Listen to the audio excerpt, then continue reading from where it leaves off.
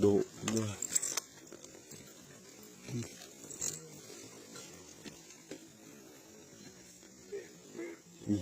Chuyện nặng bấm xe. Hello. Okay.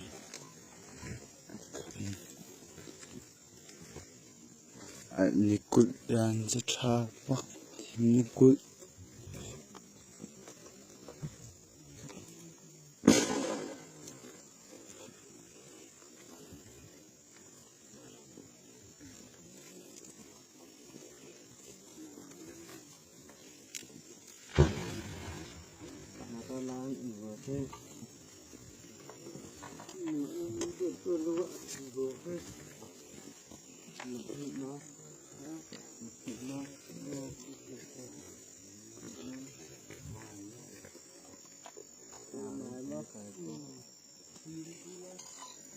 Tệ mà mông.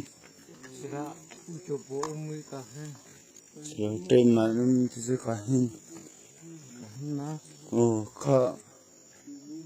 Cứ cả đi xe tệ mà chứ. Ồ, chi.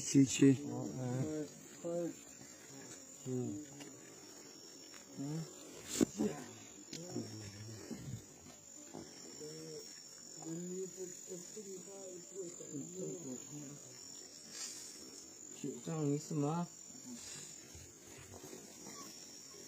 Can cậu.